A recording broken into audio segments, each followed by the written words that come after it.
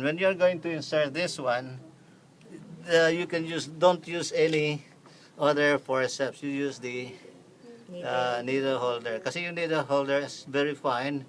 It will not cause breakage. So you just apply in this area. Once you apply this one, you lock. Kaya pag nakalock na yon, maski nagkikwentuhan ka, it will not get off or fall off.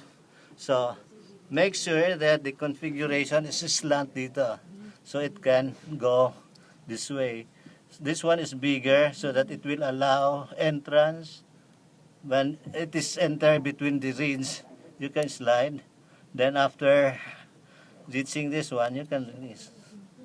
Diba?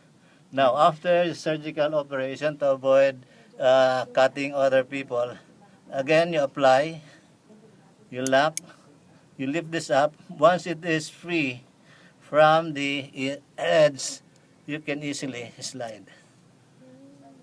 Ilalak. Kasi kung hindi mo nalock yan, pwedeng ganon, naiiwan pa.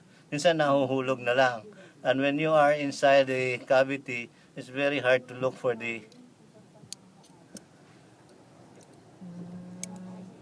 Hindi ka ba masugat niyan, sir? Pag Hindi. ikaw nag-lift ng ano? Hindi, kasi wala namang sharp edge dito. Ang sharp is just Nandun this sa way. dulo. Okay po. Oh, ayan, ang ganun ma.